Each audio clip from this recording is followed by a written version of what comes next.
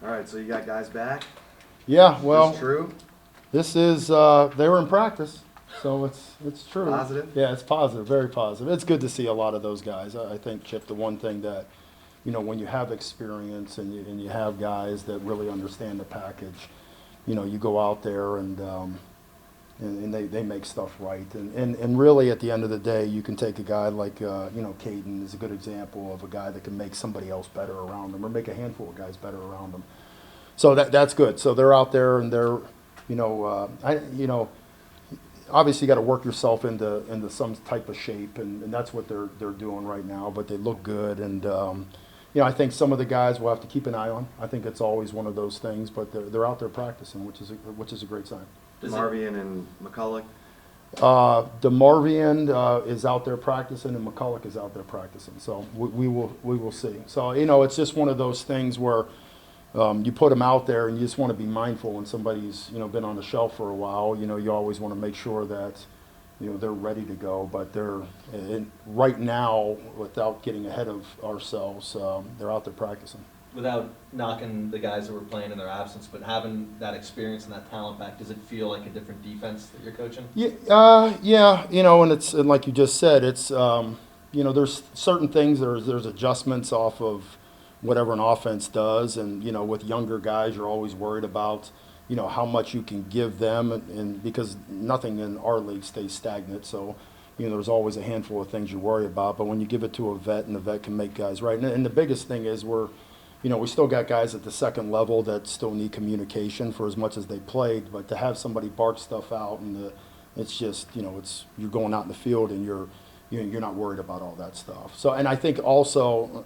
it allows some of the guys to listen, to watch these guys go to work, and I think that's important. So when they weren't out there practicing, whether it's Owens or whether it's Adamora, you name it, now they got a chance to watch guys go out in the field, do it the way exactly the way it's been taught, and to show them that it can be done. So it helps on all ends. Third and long, obviously.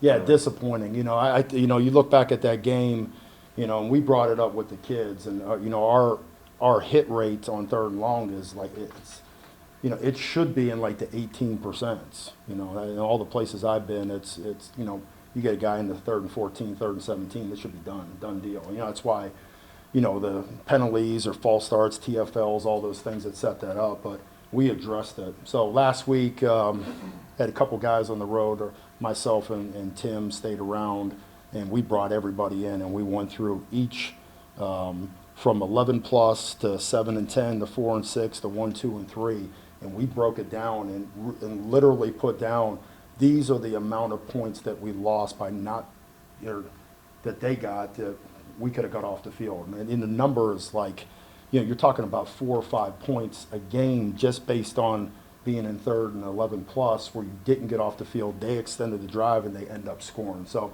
this league is simply, in my opinion, just from being around it for 3 years, is if you can limit the amount of explosive plays and you can get off the field on third down, because people are going to get yards on you. I mean, this league is very dynamic. But if you look at the top guys in the country, and especially the top people in our league, and really what we've been around here a little bit, especially early on in 17, is if you're going to eliminate those big 60-yard touchdowns and make somebody drive, and then when it's third and 6 plus, if you can bat in like the 30s, even the great ones are around 26 or 28, but if you can get 30, 32, that's going to save you a ton of points. So we're trying to just keep educating our guys in terms of when those situations happen, to eliminate extended drives would end up costing you points. Coach, you guys are last in the league as far as sacks are Yeah. concerned. What do you think it is as far as, is it the blitz package, and why do you think you guys aren't getting the guys down to that? Well, a little bit has to do with some of the stuff that, it's a collection of having some younger guys in the back end. So it's a little bit of the schematic part of it, and then it is a little bit of, covering enough that we can allow our guys to get there too. It just seems like the throw time, and this is not going to be any different than this week. The throw times are like 2.0, because we chart all that stuff. So whether it's third down or whether it's just a typical pass play, we look at how long it takes for that ball to be thrown, And sometimes if you're not on guys and you're not covering guys, then quarterbacks. And then with some of the inexperience, my own personal opinion is some of these guys are just whipping the ball down the field. And, because we've had situations even where we had guys on top of guys and they're just throwing it up. So I think it's a combination of a little bit of both. A little bit of scheme, and like I said, third down especially because that's not us, regardless of how we're playing on first and second down, and just getting on guys well enough that quarterbacks just don't say, hey, listen, here comes heat. I'm just going to throw it up and see what ends up happening. So it's a little bit of both. What's the difference, like 2 seconds to another second, like a Oh half yeah, second? it's a huge difference. If you can get somebody to hold the ball, it takes probably about 3 seconds to get to a QB. If you're charting it up. So you get guys and you hear the word covered sacks and you hear that, but in our league especially, I think especially the older quarterbacks will make one decision and throw the football, and hopefully you're on them, or hopefully they don't know what coverage is and they got to cup the ball, and then it gives your guys time to do it. So that's something that you always hear, like, this guy's good throwing against pressure, this guy's doing this, and it's all related to how fast he can make reads and how fast he can get the ball out of his hands. But like against Georgia last year, you did a lot of the kind of positionless stuff, a lot of different guys on the line of scrimmage. Yeah. Is that something that with the schemes in the Big 12, it just doesn't make sense to try to run? No, I don't think that. To me, it's about your personnel. I mean, to me, at the end of the day, for us, and those sub packages go into like utility guys. So you might take your third corner, you might take your third linebacker, but what if your third corner is your starting corner and you're getting to, this corner? So, it's as we start to get more guys back into the fold that have played here, that have experience, I think you're going to start to see a little bit more. I would hope that you would see a little bit more production in terms of sacks, interceptions, those type of deals. And it hurts not to have BJ and DeMarvian, right? Because those are your two best blitzers in the second. Well, yeah, that's another thing. It's personnel based. Those guys are hybrid guys. Those are the guys you'd love to be able to rush off the edge and do the things that you can do with your package. So you have to modify it. But the biggest thing I will say is you got to get lined up and you got to make sure that you just don't flat blow coverages and have somebody wide open that's catching football. So there's a happy medium in between how much we can give younger guys and how much they can execute, instead of paralyzing them out there and then all of a sudden they don't know what they're doing, they don't play hard because they're overthinking. So it's a balancing act. But I will say this, we're getting some of those guys back. It sure makes it easier to go in and do some of the stuff that we've done, and feel comfortable that if they do something that's a little bit different, they can figure it out. Todd, has anything this season shaken your faith in the three-man front? No, I can't necessarily say that because there's a lot of execution stuff. I mean, you guys want to see us line up and just send 6 guys and sack quarterbacks and do all that. I'm easy. talking about the base alignment. Yeah, but I'm just saying though. Three down guys. But what I'm saying is it's in correlation to probably get more heat on the QB, and I'm good. I'm good with that part of it, but there's more that goes into it when you're dealing with younger guys in the back end. I'd love to be able to say that you're going to line up and you're going to send house and good luck out there and go get them. And I think eventually when we start to get some of these guys back into the fold, I think those are the things we can do. But right now, it goes into what can we play, get better at it, start to figure out an identity, with the guys that we were playing with. And now as these other guys start to come in, I know what they can do. Right. So, if you're going to change things up, then that's the time to do it when you have guys out there. You can't sit there and try to make corrections. Okay, these are the answers to the questions you got wrong, but guess what? I'm going to change the questions this week. Right. It's like, You can't do that. yeah, I can't do that with Understand. younger guys. So you got to try to get better at the stuff that you're doing and try to alleviate some of the things that are hurting us. K-State, I mean, in terms of Skylar Thompson, the Yeah. last 3 games, he's kind of been running wild. I know Yeah. they didn't have the running backs, but Yeah. what are you seeing from their offense? What kind of problems do they present? Their run to football, I mean, it's 45 times a game, though. And the thing about it is there's a lot of, when you're talking about like Navies and Armies, and that's not them that they can't throw the football, because the kid can make every throw. I mean, it's amazing how much he has improved in the last couple of years. I mean, when you remember this, it came in the tail end of our game. You start throwing the ball like crazy.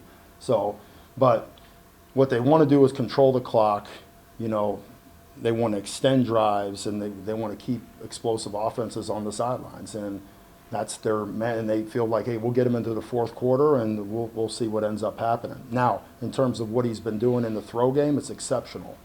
He's making all the throws. He got so darn hot in the Oklahoma game. I mean, it was ridiculous. I mean, he's throwing balls to running backs down the sidelines and cover two and just threading needles.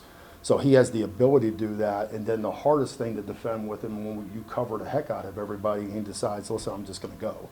So you have to have a plan for it, and we've been working on that. I just want to go back for a second. So Yeah. I just want to make sure I get this point right. Yeah. You still feel very good about the scheme. It just needs better execution. Yeah. Oh yeah. Yeah. There's no doubt about it. Do you have to get to the point where you start to mix things up? Absolutely. But I will tell you once again, when you're dealing with guys that are learning, that are doing things with it, you know, my experience with things has been to get better at what you're doing. And like I just said with the, you know, this is what you did wrong, but guess what? We're not going to do this anymore for 2 weeks. So don't worry about this. Let's go get something else wrong and try to figure that out. So it's not going to be that way. We got to get better at executing. We got to get better at tackling. We got to get better at all the fundamental stuff. And eventually what's going to end up happening is these kids are going to show up and play huge. They're going to make plays, and then they're going to get some more confidence going into it. But to me, it's you can't do that. You can't push the panic button, because to me that lack of faith, whatever you want to call it, that's not the message you want to send to anybody. Tom's been talking about working on relationships Yeah. with players. What are you seeing in terms of any kind of disconnect or what needed to be fixed or worked on? No, I don't know that. I just think it's like anything else. I think you come to Texas and you expect to win every ball game, and sometimes, especially on our, when you're talking about the defensive side of the ball and our struggles that go into it, I think especially when you have a younger crew, it's nice to be, whatever it is, 8-0, come in the building, big smile on your face, and everybody's happy, and like it doesn't matter if I get coached hard, it's good, we're winning and doing all that stuff. And when you're dealing with a 19-year-old kid and things aren't great, and maybe he didn't play his best ball game, and you're still going to coach with that same intensity because it's in there, you're trying to make them grow up as fast as you can. I think that's just human nature. So I think it's always, those side meetings, those unit meetings that we have, and just pulling a kid aside and saying, hey man, this is, I want you to be great. I just don't want to wait till your senior year for you to be great. So the things I'm critiquing you on isn't like, this is not a personal deal with you and me. This has to do with, your development. And this has nothing to do with our relationship as human beings, This is completely separate. When we get in between those walls, I promise you during recruiting that I'll make you the best linebacker in the country. And the only way you can be elite is if you do something different. I mean, if everybody in this room wanted to be elite and did the same thing, then nobody would be elite. So you have to do something that's different, that's outside the norm to go to that land. But with younger kids, especially this generation, you have to explain that to them. Every second of every day, what you're getting accomplished, because just they could read into different stuff. So you have to have those relationships, and those are built.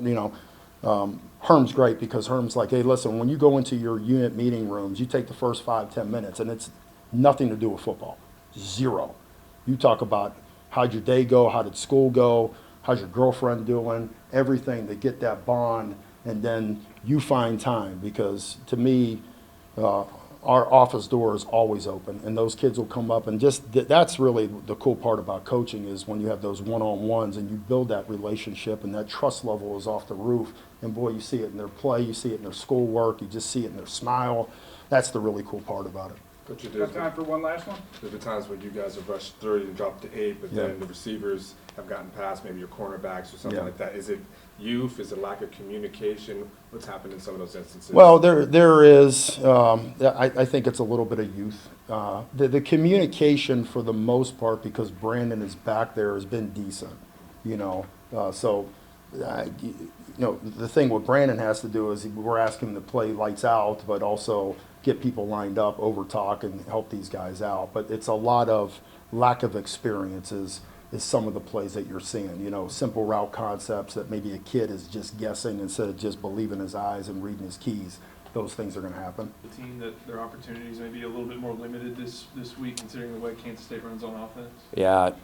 I think they're giving up like 58 plays a game, is what we charted.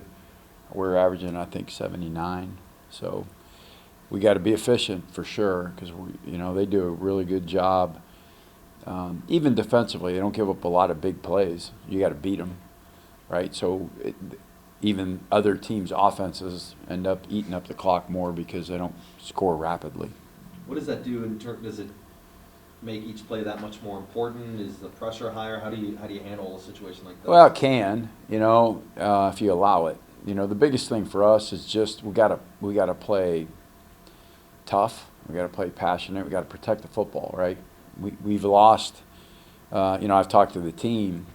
We could say all we want. I know we have 6 turnovers in the last 2 games, and we had 2 in the first 6 games. So there's probably pretty good relevance to how we're playing when that happens. So that's first and foremost. Got to protect the football. That's going to help everywhere. It's going to keep us with the football because we're not turning it over. It's going to change the field position. It's going to help defensively, like all those things that we talk about, right? We got to stay on the field. It'll be a huge matchup of third downs. They're really good defensively third down, and we've been pretty efficient so far ourselves on third down. So we got to stay on the field, and then we got to score. Like we got to get touchdowns. We were 2 of 5 against TCU in the red zone on touchdowns, and kicked 2 field goals and missed 1. Like that's not good enough, right? So despite all the other things, if it just comes down to our plan, that what we need to be successful, if we execute what we need to do and have been doing for the most part, we'll be okay. How much can Whittington help? A lot. I mean, Jordan's a dynamic football player. So anytime you get one of those guys back, it's exciting. Not only for him, because you want to see him do it, but our team gets a little boost too, because they love Jordan as a player, and to see him be able to battle through what he's been going through, and then, have the opportunity to come and perhaps help us. I think everybody gets excited about that for him.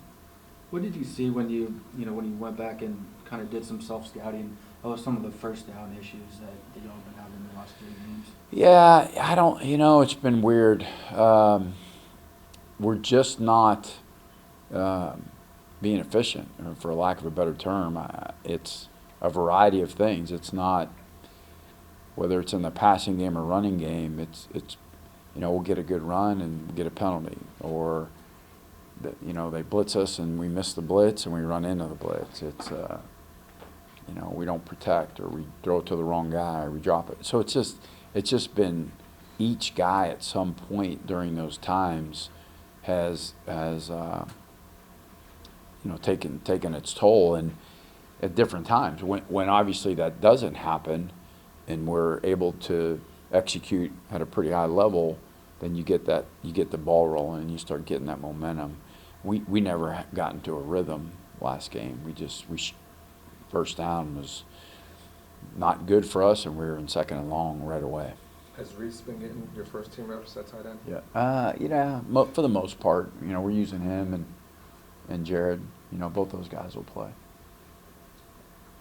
In terms of the, Sam, 4 interceptions after 5 all year last year, is it the offensive line doesn't seem like it's as physical as it was earlier in the year, playing with as much confidence? I don't know if it's that teams have got the book on you guys now to twist and stunt you to death or what, but where are you seeing the breakdown happen in terms of Sam now pressing to make things happen when? Yeah, I think it's everyone. I think you go back and look at them. There was a couple of route malfunctions that didn't help. I do think Sam presses. I told him it felt like he was a freshman on the one on the sideline. That's what he would have done his freshman year.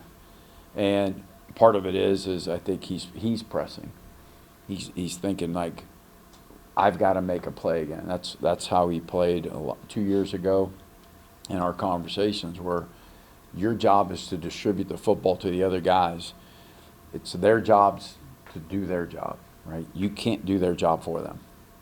And so there were again, I mean, he did some really good things through the course of the game. We had some guys make mistakes, and sometimes that's going to happen when you're getting, you know, in depth with some guys as you get into the season. And you know, it's not necessarily guys are injured, but they got to come out. I mean, our offensive line, for example, I think that, like, our guards, I think have played every play this year. Like, I don't know if they've not been in there. So I think it's everything, right? It's that. It's we got a much higher percentage of pressure from TCU than we had, probably double of what they had shown through the course of the year. And again, I'm not sure why they would do that, but they did. So, you know, I just think it's a bunch of little things that have taken place over the course of the season. But I don't think our guys aren't as physical. I don't think they lack confidence. I don't think Sam does. I think Sam pressed a little bit in the course of the game. He'd be the first one to tell you that that's probably what happened. How worrisome is it that you might have regressed a little bit in trying to force things, or is that a trend that you're noticing? Is it No. something that you can fix, or you No, I thought, like, you go back to the Kansas game, he played great, right? So what changed? Even the start of the TCU game, right? You hit Jake Smith, right? I mean, beautiful pass. Like, there was things he was doing well. We had, again, some malfunctions around the because I don't want to finger point at anybody, because it's not one guy that cost us that, right? But what ends up happening, you start pressing, like, hey, I'm the guy, I'm the quarterback. I get this thing going. I could fit that in there, and all of a sudden he tries to do that, and it doesn't work, right? He can't be that way, and that's all I talked to him. Just go back to doing how he played, and it's hard. He's so competitive, and he wants to win so bad. He's like, everybody jump on my back, I'll do it. Let's go, and he can't do that. He can't do that. What's going on with Daniel Young? Why have you been? You know, it's just, again, you got some guys in front of them that are doing some really good things. That's why those guys are playing. I mean, Sure. I thought Keontae played really well against TCU. Mm-hmm.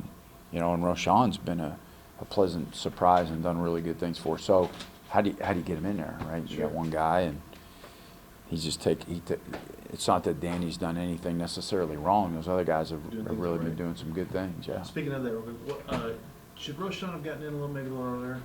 Is I TCU don't know. Like, I couldn't even tell you how many plays he played when he got in. I don't know. Okay.